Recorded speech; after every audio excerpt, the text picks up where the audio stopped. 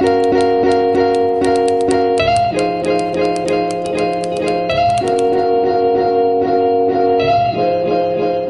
un artículo tuyo que decía sobre el coronavirus y el miedo.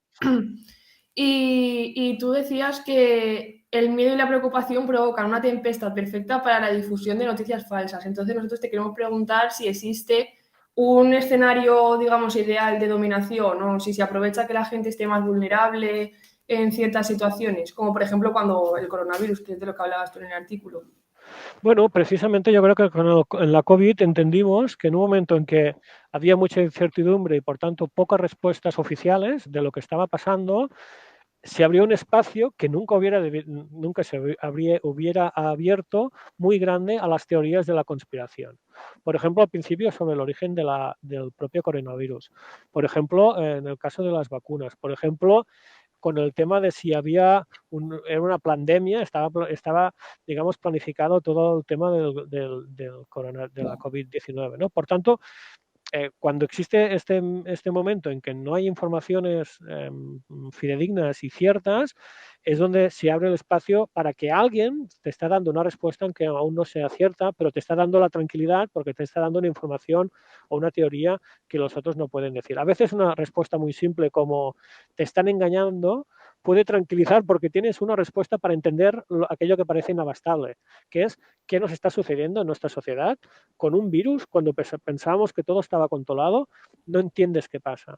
Cuando alguien te dice, no, no, es que te están engañando y esta pandemia está planificada, aunque sea falso, te coges a ello como para tener una falsa sensación de tranquilidad porque parece ahora ya que estás entendiendo lo que está sucediendo. Claro, digamos que lo cogemos como, bueno, se coge como una respuesta a un vacío que no tienes, digamos, no tienes Exacto. nada con lo que rellenarlo. Exacto. Por tanto, una de las respuestas siempre a la desinformación tiene que ser máxima transparencia, información por parte de la administración y de los medios para tener un contrapeso suficiente para poder no solo la verificación, sino también tener un pozo de información básica y fundamental para poder de alguna manera contrarrestar. Ante el vacío de información, la capacidad de la desinformación de poder crecer y viralizarse es mucho mayor, ¿no? Lo que pasa es que aquello lo aprendimos pues un poco, en el caso de la COVID, entre marzo, febrero y abril, fue muy complicado. Después, en el tema de las vacunas, aprendimos, creo, cuando ya nos acercamos al inicio de tener las primeras vacunas, la importancia de no dejar estos espacios para que hubo algunos porcentajes en estadísticas muy claros de que había como un 40% de gente que no se quería vacunar y a medida que hubo información y se vio que aquello estaba funcionando, la gente, el porcentaje evidentemente bajó mucho más, ¿no? Por tanto, con mayor información es posible luchar mejor contra la desinformación y no la inversa. En el mismo artículo que comentaba Elena, escribiste también un poco sobre el término faker, un poco, y hacías como una clasificación. ¿Podrías explicar un poco qué es y pues un poco de la clasificación, cómo se clasifican, digamos? Bueno, yo creo que ante cualquier fenómeno es importante, del mismo modo que ocurren los crímenes, en los asesinatos, es ver cuáles son los, no, ver cuáles son los objetivos, ¿no? Y aquí uno de los objetivos que se vio es cuáles son, quién sale ganando, de qué manera y por qué motivos lo llevan a cabo. Siempre habrá, como os he comentado antes, aquel que viraliza contenidos falsos simplemente para tener enriquecimiento económico. ¿Vale? Habrá siempre algunos que lo hacen pues porque pueden, para probar, para divertirse, ¿no? Siempre habrá un porcentaje de gente que pueda llevarlo a cabo, aunque es pequeño, y ante cada uno de los fenómenos, sea la COVID, sea la inmigración, la violencia de género, etcétera, etcétera, ver si alguien saca provecho político o social del hecho de viralizar contenidos falsos, ¿no? En cada caso vamos a ver que habrá gente que lo haga por simplemente tener unas teorías negacionistas o lo habrá gente que, por ejemplo, en el caso de la ultraderecha, para ganar espacios de centralidad que normalmente no tendría. Por eso la ultraderecha se ha apuntado siempre a todas las manifestaciones contrarias a las vacunas, a la COVID, etcétera, etcétera, porque ningún otro partido se apuntaba. Y por tanto, gente que normalmente no hubiera escuchado nunca la ultraderecha, por primera vez pensado, mira, estos son de los míos, a ver si a partir de allí pueden crecer, ¿no? Y entonces habría pues este interés desde el punto de vista de la agenda. Este tipo de clasificación se puede aplicar, yo creo, a cualquier proceso de desinformación, ¿no?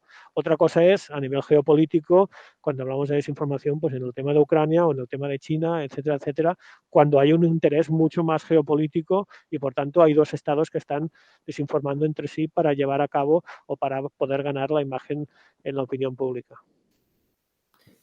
Bueno, entendemos que hay fakers o personas que difunden este tipo de noticias que lo hacen de manera no malintencionada. Entonces, entrando un poco en el tema de las redes sociales, te queríamos preguntar qué papel juega la inmediatez de Internet en la difusión de estas noticias. Sin duda la inmediatez, y eso le pasa a los medios de comunicación que tienen prisa por ser los primeros en publicar algo, eso es un problema porque evita que puedas verificar, ¿no? Pero sobre todo la inmediatez, si te hace no pensar si aquel contenido es falso o no, en lugar de apelar a pensar, bueno, alguien quiere manipularme con este tipo de contenidos, pues si lo que haces es simplemente ver cómo te apela a tu miedo, a tu rabia, etcétera, y difundes un contenido, puede ser que sea falso. Es muy interesante ver cómo en inglés diferencian entre misinformation y disinformation, que en español todo es desinformación, ¿no? Cuando hablamos de misinformation, pues es información, contenidos que son falsos, pero que tú no tienes el propósito de engañar, ¿no? Pues eso le pasa a Antena 3 cuando puso un vídeo de videojuegos para ilustrar el tema de Ucrania, o le puede pasar a alguien que da o difunde algún contenido que es falso porque piensa que es cierto. En cambio, disinformation, que sería la parte de desinformación, aquí sí que hay un propósito. Por tanto, aquí sí que hay una intención expresa de hacer el contenido falso sabiendo que es falso y viralizarlo para ver qué partido le puede sacar, ¿no? Entonces aquí es importante entender que la misinformation es algo que se puede corregir, se puede intentar, por ejemplo, cuando Twitter decía estás a punto de compartir un artículo, pero que no lo has leído. ¿No quieres leerlo antes? Es decir, intentar ver si aquello igual que tú estás intentando viralizar, igual es falso, ¿no? Y para que puedas tener el tiempo suficiente para poderlo hacer. O cuando WhatsApp te decía, esto ha sido viralizado múltiples veces. Tenlo en cuenta porque puede ser que sea un bulo, ¿no? Este tipo de cosas o consejos o prácticas que van incorporando las plataformas y redes sociales.